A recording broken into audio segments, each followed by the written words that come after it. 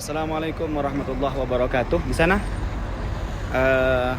sekedar masukan untuk Kementerian Haji nantinya, bahwa kita sekarang sedang melaksanakan ziarah atau city tour ke kota Taif.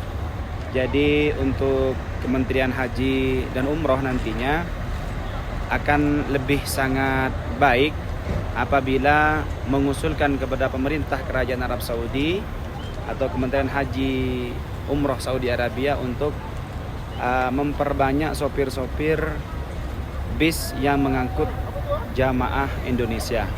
Kenapa? Bisa kita lihat, salah satunya ini di belakang. Bisa mempromosikan juga nih. Nih, Lembah Rinjani.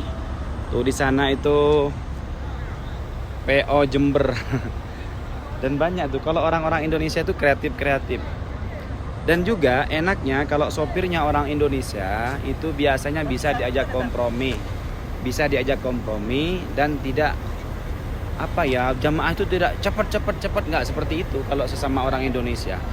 Dan juga gampang diatur, mau pergi ke sana ke sini kita enak gitu loh kalau sopirnya orang Indonesia. Tapi kalau sopirnya sudah orang luar, oh masya Allah, teman-teman Motawif itu sudah pada tahu. Setiap ziarah city tour kalau nggak cocok dikit udah langsung berantem, marah-marah mereka. Lama dikit turun di tempat ziarah mereka berantem gitu. Jadi Indonesia kan punya power nih di bidang haji dan umroh. Yang memadati tempat-tempat bersejarah itu adalah jamaah Indonesia. Kebun korma, coba lihat kebun korma seperti apa. Kebun korma tanpa jamaah Indonesia akan seperti apa? Jabal Magnet. Ketika ke Jabal Magnet yang ada di situ hanya jamaah Indonesia. Makanya kalau bisa pemerintah Indonesia itu mendorong sopir-sopir syarikah-syarikah yang punya bis pengangkut jamaah umroh Indonesia itu disarankan atau diusahakan agar yang menyopiri jamaah Indonesia itu adalah orang Indonesia. Itu yang pertama. Kemudian yang kedua, rumah sakit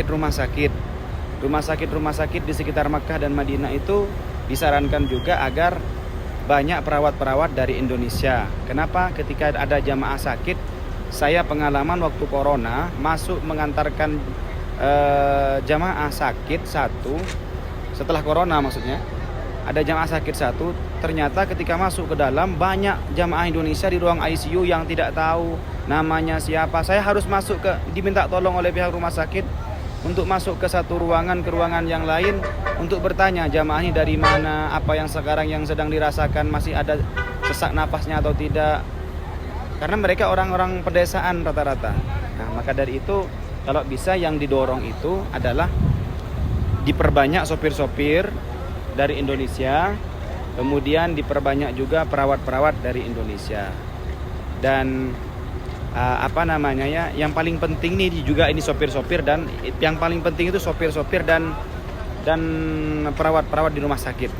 Karena kita rasakan sendiri sebagai petugas haji dan umroh sangat terbantu sekali apabila mereka itu adalah orang-orang Indonesia. Termasuk ini ketika ziarah kemarin kita berziarah dengan orang luar. Waduh, ziarah Mekah baru turun di Jabal Sur udah diajak buru-buru, jamaah dibentak-bentak, dimarah-marahin, sampai akhirnya kita harus yang membela, berantem dan lapor kepada syarikahnya.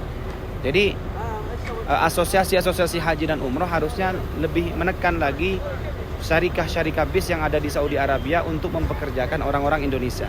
Dan lumayan juga semakin banyak jamaah orang-orang Indonesia yang mendapatkan pekerjaan di Saudi Arabia, dan hasilnya bisa haji juga bisa umroh.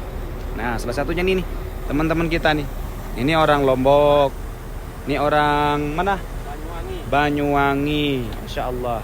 Kalau orang-orang Indonesia nih enak. Madura Banyuwangi.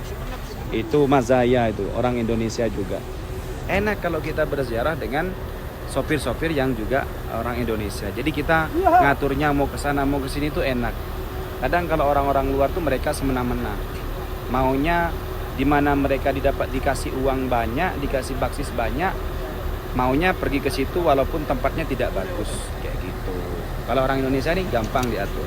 Jadi itu sedikit saran, semoga saran ini didengar oleh pemerintah Indonesia, khususnya Kementerian Haji dan Umroh yang baru terbentuk. Wassalamualaikum warahmatullahi wabarakatuh.